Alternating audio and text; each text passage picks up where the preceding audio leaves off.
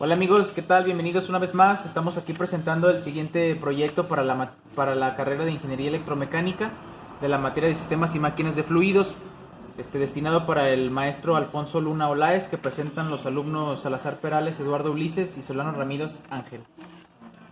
Este proyecto está básicamente basado en los procedimientos aprendidos en la clase y durante el semestre. Nosotros sabemos que las máquinas de fluidos están divididas en una rama que son las máquinas hidráulicas. Esta a su vez se dividen en turbomáquinas y máquinas de desplazamiento positivo.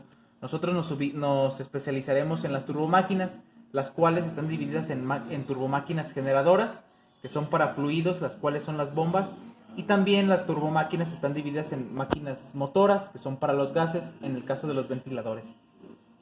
También las máquinas de fluidos están divididas en la rama de las máquinas y equipos térmicos, mas sin embargo estas se estudian bajo las bases de la termodinámica.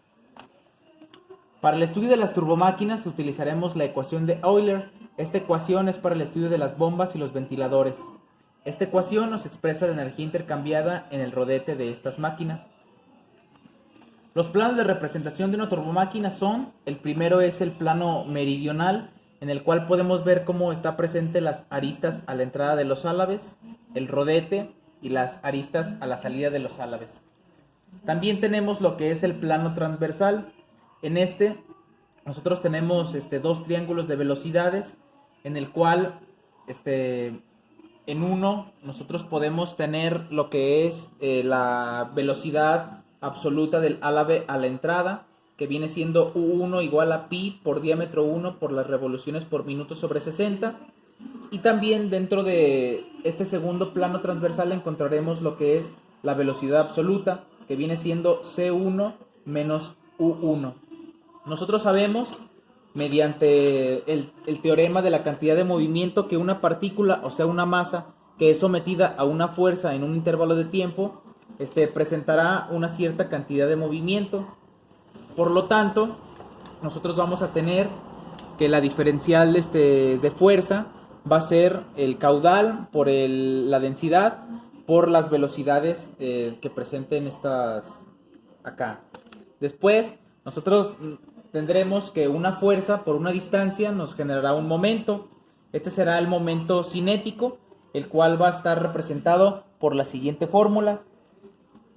También nosotros nos vamos a adentrar al concepto de la altura equivalente de la energía intercambiada en el fluido, la cual con esta vamos a llegar a la primera forma de la ecuación de Euler, la cual sería esta que está representada aquí, y la cual nos dice que para las bombas y ventiladores se utilizará con esta fórmula, y para las turbinas hidráulicas, turbinas de vapor y turbinas de gas se utilizará esta fórmula.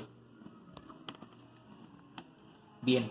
El primer problema es el problema 9.15 del libro Mateix, donde nos dice que una bomba centrífuga de agua proporciona una altura útil de 22 metros a una velocidad de 1200 revoluciones por minuto. Nos dice que el diámetro 1 es de 180 milímetros y el diámetro 2 es de 100 milímetros. Nos dice que a los álabes entra el rodete axial constante en todo el rodete, en donde C2U es igual a 25 metros sobre segundo.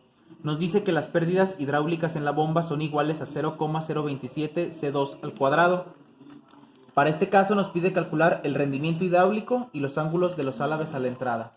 Bien, primeramente nosotros anotamos los datos y después nosotros anotamos la fórmula para calcular el rendimiento hidráulico. Como nos dice que la entrada es entrada radial, esto se hace 0 y por lo tanto esta expresión se reduce a esta parte. Nosotros ahora podremos calcular la velocidad absoluta del álabe a la salida, la cual nos dice que es pi por el diámetro de salida por las revoluciones que tengamos. En este caso tenemos que es pi por el diámetro 2, que ya convirtiéndolo a metros nos quedaría como 0,3, y las revoluciones, que son 1200, que son dato, entre los 60 nos daría la velocidad absoluta 2, que son 18,5. Con esto nosotros ya podemos sacar el rendimiento hidráulico. La altura que primero nos da es un dato que ya es del problema, que son los 22 metros, y la altura útil vendría siendo multiplicar la velocidad absoluta por la velocidad absoluta del fluido entre la gravedad. Nos daría la altura útil, la cual sustituiremos en la fórmula del rendimiento hidráulico, y así obtendremos el rendimiento hidráulico.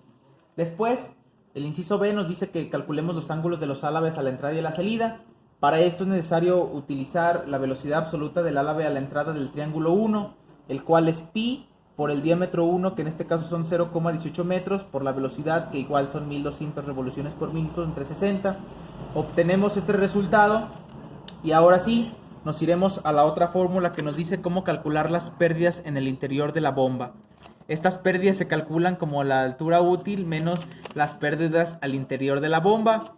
Al despejar estas pérdidas al interior nos queda que la altura útil menos h quedaría como 48,037 metros menos 22 metros, que son el dato del problema, y nos queda pérdidas en el interior de la bomba igual a 26,037 metros.